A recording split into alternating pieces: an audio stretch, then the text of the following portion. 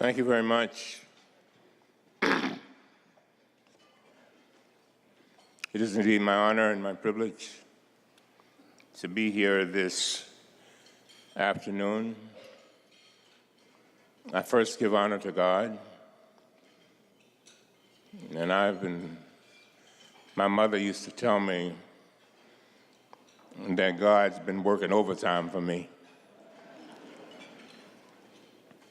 And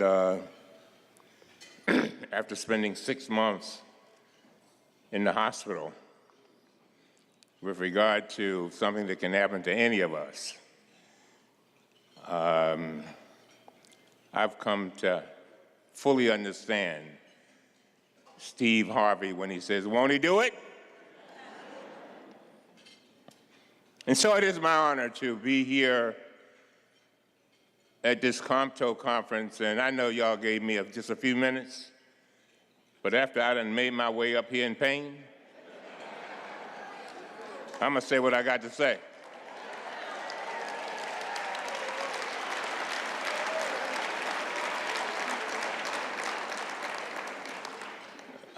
Every time I speak, I'm reminded of my mother, who just passed away in February. But my mother, when my 3 sisters would go out in their mini skirts, come on now, don't act like y'all don't know what I'm talking about, and hot pants, she said, wear them and make them short enough to be of interest, but long enough to cover the subject. That's what I'm going to do this afternoon. We are so blessed, and you are so blessed, to have a phenomenal president, Brother Mims. He is a man of humility and one of great strength, and I thank you for your leadership. I want to thank our chair of this event. Where's I ain't gonna try to, Miss Olese, where are you? Where is she? Oh, there she is. Give her a hand. These things are not easy to do. Thank you very much. So I'm going to be brief, and and I'm always honored to be in the presence of my mayor. I am so proud of her. She and I are constantly talking about how do we make sure that government works better, works effectively and efficiently every day for everybody. How do we make sure that our tax dollars that we pay come back to us in some kind of way? So I'm going to be brief. I'm just going to make a few points. If you'll recall, and I too, by the way, thank you for coming to Baltimore. It means so much to me. Every time I see black folk working, able to do for their families, able to get things done, and that's what you do. You support us. See those people serving you? Give them a hand too.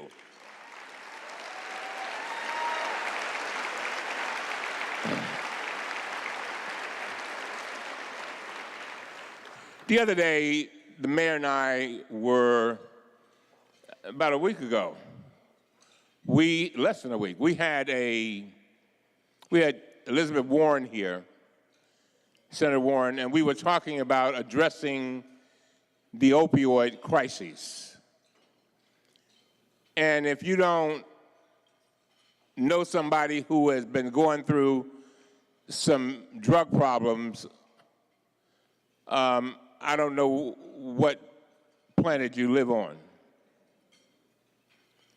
And something happened in the midst of that. As our mayor, in her way of breaking down things, she made everybody feel very comfortable. And then we had and we had all these experts to come in. But there was one man that really, I mean, he broke it down in a few words. He said, you know, y'all want me to get treatment, and if I can get treatment, listen to what he said, how I'm gonna get there. Didn't he, Madam Mayor? He said, how am I going to get there? He said, he was about maybe 50 years old, maybe a little older. He said, it's hard for me to walk. How am I going to get there? And I think what has happened too often is that people who serve in government and other places forget that not everybody has a car.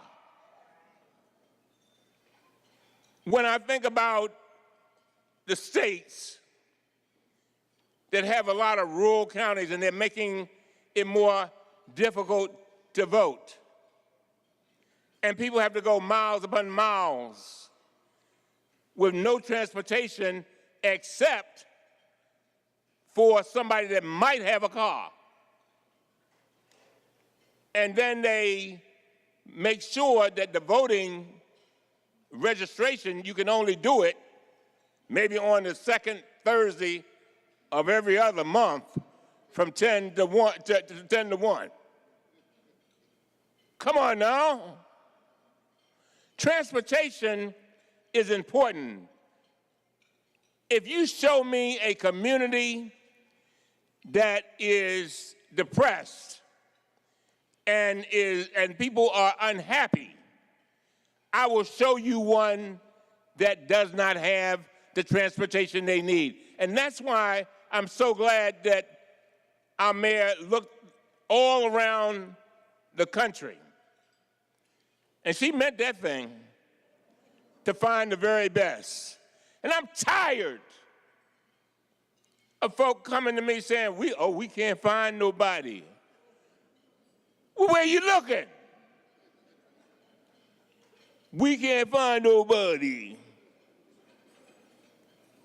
And so, transportation is important.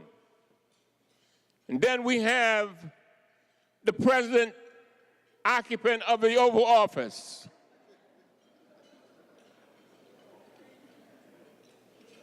We need to pause on that one and pray. When I think about when he came into office, he said early on, we are going to fix our highways and our byways and our airports and our infrastructure. He said that's going to be my priority. And ain't nothing happening. And that leads me to this is where I'm going with this. All of us have a duty wherever we are. We have been planted. When I look at a woman like Helen Dale,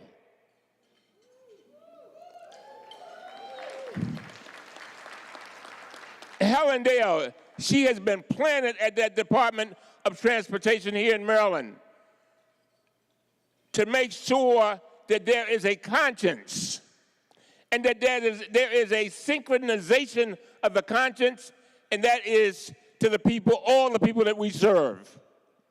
So no matter where you are, Ricky at the airport, no matter where you are, all of you, you have been blessed to be placed where you are. And so I know that sometimes you get upset. Man, I ain't making enough money. I'll quit this job. No! You may be there only for a reason and a season, but while you are there, there is somebody that needs for you to be the best that you can be. We cannot afford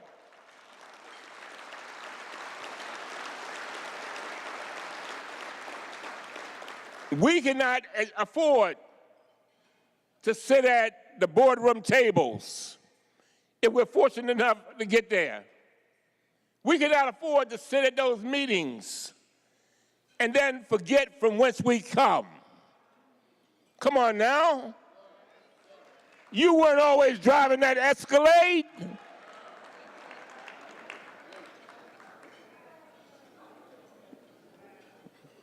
I started to say Bentley, but I guess that's...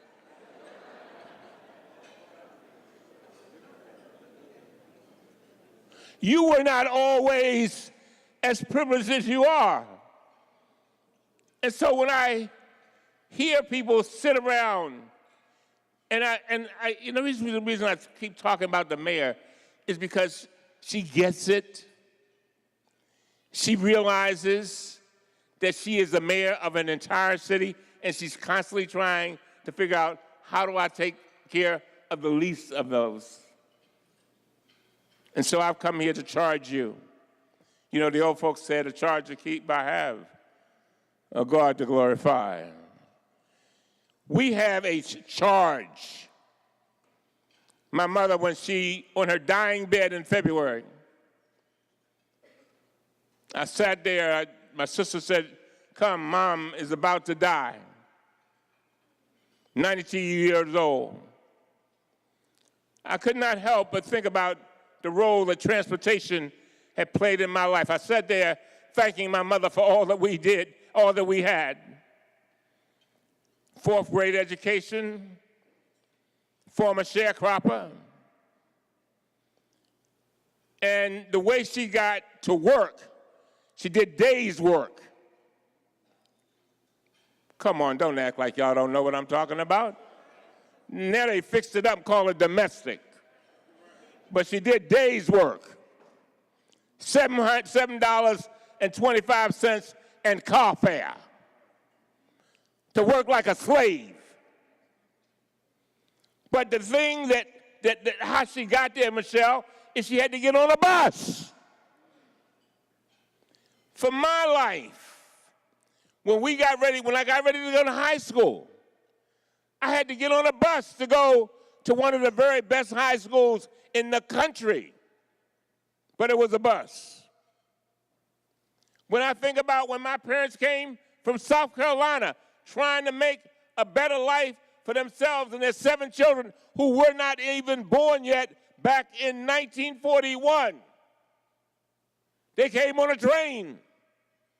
Come on now.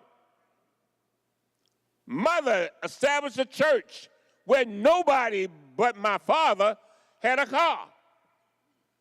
Everybody came on the what? The bus. And so we've got to fight. So people say, and again, when I looked at my mom as she was dying,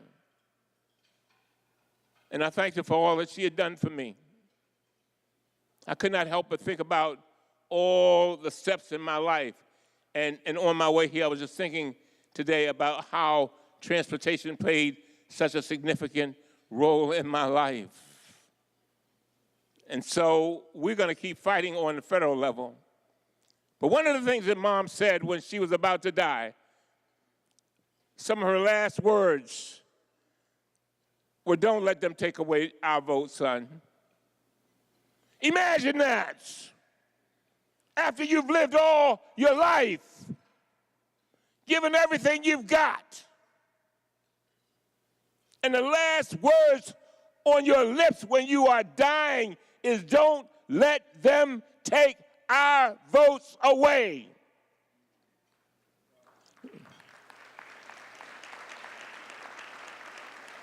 And why am I saying that? We sometimes can become paralyzed. That one man, let one man, one, turn our country upside down. On my way here, Harry, where's Harry? Right there, he'll tell you, on my way here, an hour ago, I stopped at a light, and a guy in a pickup truck white brother, Mr. Cummings, he stopped me. I said, oh, God. Whenever I get to one of them, I know, I say, uh-oh, what's going on now? Because he looked like he was half drunk. Hey, Mr. Cummings, man, I'm a Republican. Mr. Republic, I'm a Republican, and you represent me. I said, oh. He said, and I knew he was going to say something negative. He said, I just want you to know, Mr. Cummings, I respect you. He said, I'm a Republican, but I respect you. He said, but the country needs to change. And I said, are you going to vote for Trump the next time? Yeah.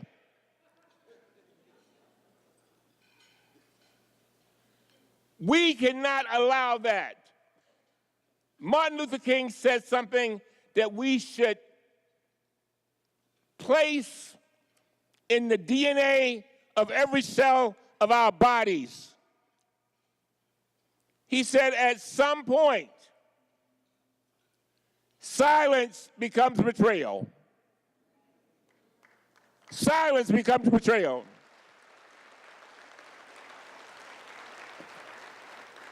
So I see they got the light flashing on me.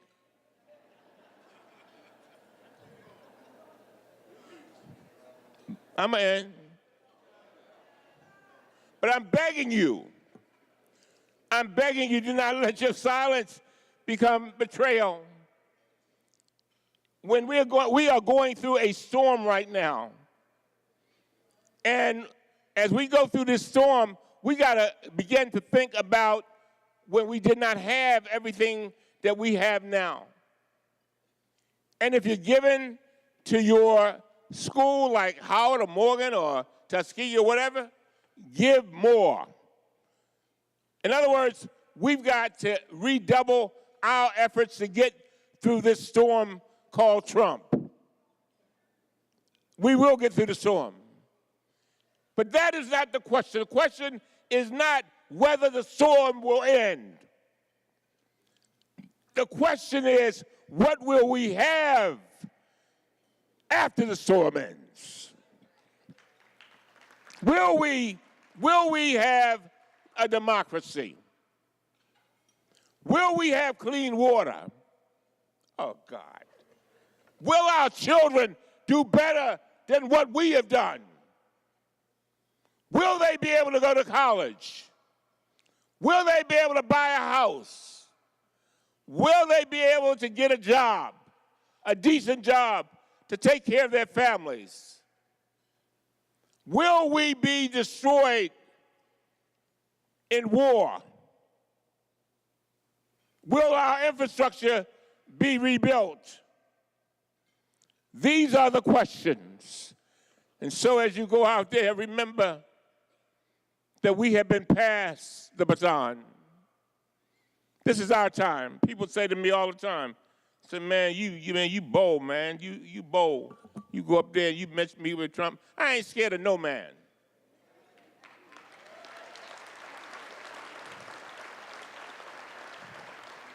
And I'm not saying that to be saying it. I'd be damned if I'm going to sit around and watch this country that we spent so much time building fall apart. I'd be damned if I'm going to sit around and be silent as our democracy goes down the drain. I'll be damned. I'll be damned if I'm not going to stand around and watch the destiny of my children be taken away and their right to vote be taken away. Nah, I ain't going down like that. No, I'm from Baltimore. We don't play. No. The mayor tell you we don't play. And so, come on, they flashing me. They flashing me. And so it is. COMTO, I thank God for you. I thank God for you. I thank God for you, for each and every one of you, for whatever you do. To our sponsors, I thank you because you allow us to be able to do things like this. And as the mayor knows, when I was at Howard, I came to know and understand one of the greatest philosophers of our time. And I have been following his work for so long. His name was Sly and the Family Stone.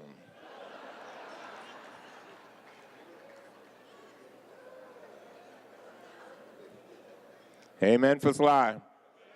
I know some of y'all too young for Sly, but Sly said the words, "Thank you for letting me be myself again."